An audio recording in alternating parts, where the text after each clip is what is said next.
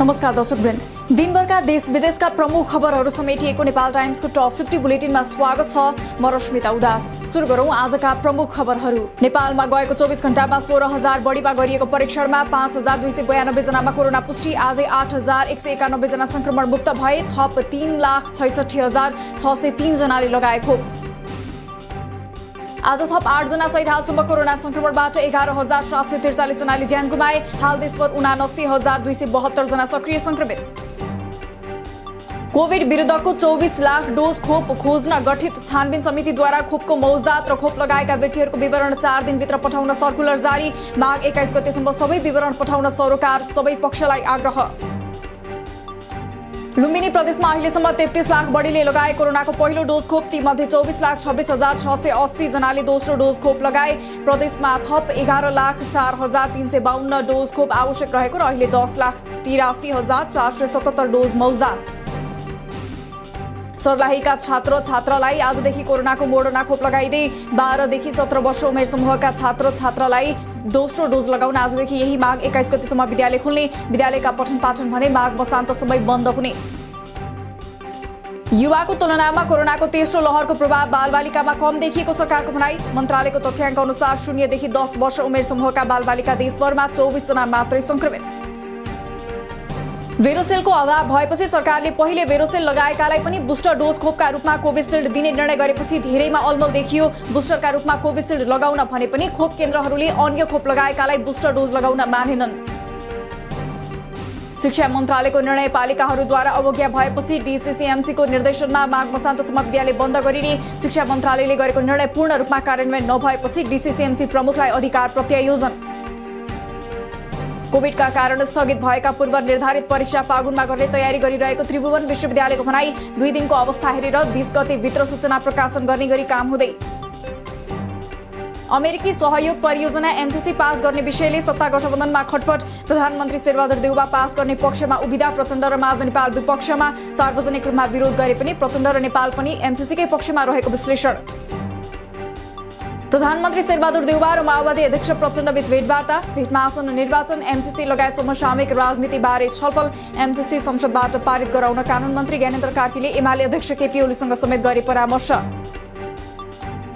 आलटाल नगरी एमसीसीलाई संसदबाट पारित गर्नुपर्ने सत्ता साझेदार जसपाका संघीय परिषद अध्यक्ष डाक्टर बाबुराम भट्टराईको भनाई। एमसीसीकै बहानामा सत्ता गठबन्धन नटुटोस् भन्दै सर्वसम्मतिले पारित गर्नुपर्ने धारणा सार्वजनिक।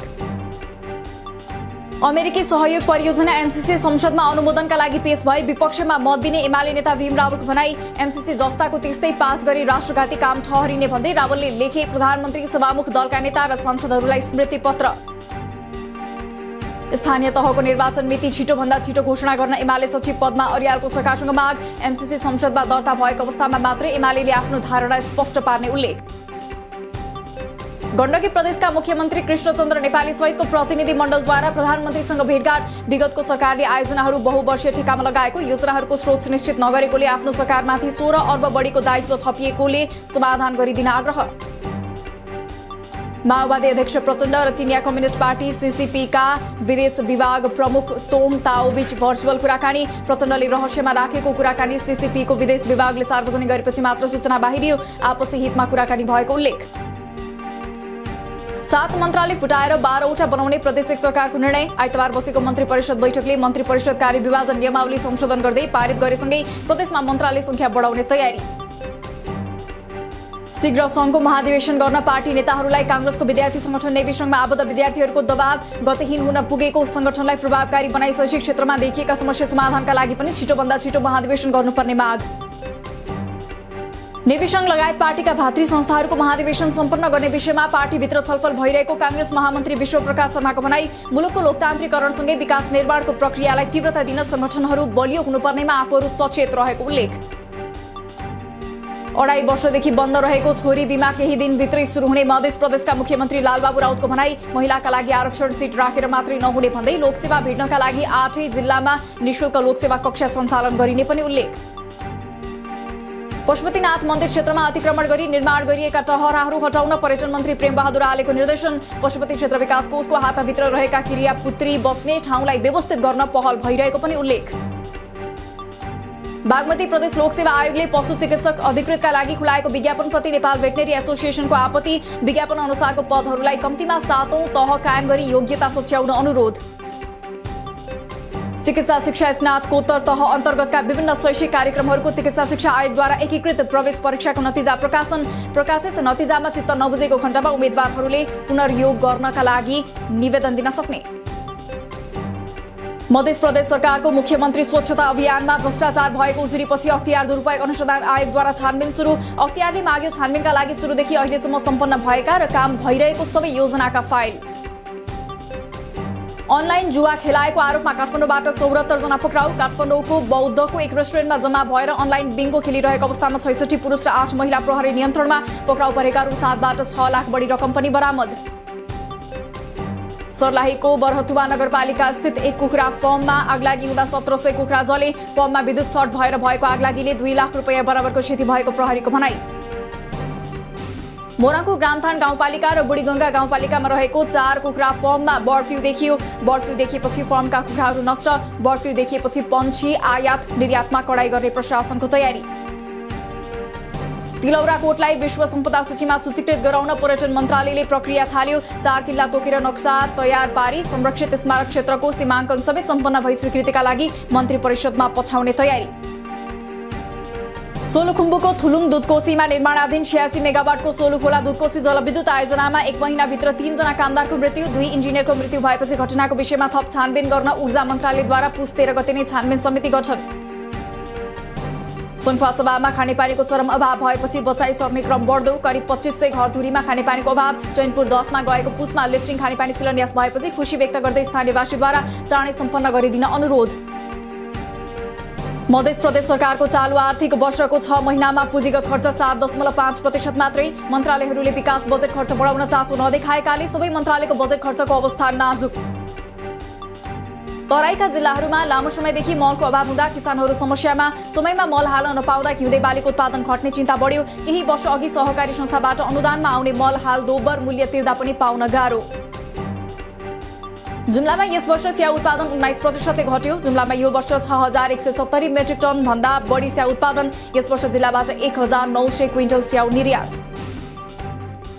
सुनको भाव आज 400 रुपैयाँले घटेर तोलामा 91800 रुपैयाँ तोकियो। चाँदीको भाव पनि 10 रुपैयाँले घटेर तोलाको 1240 रुपैयाँमा कारोबार।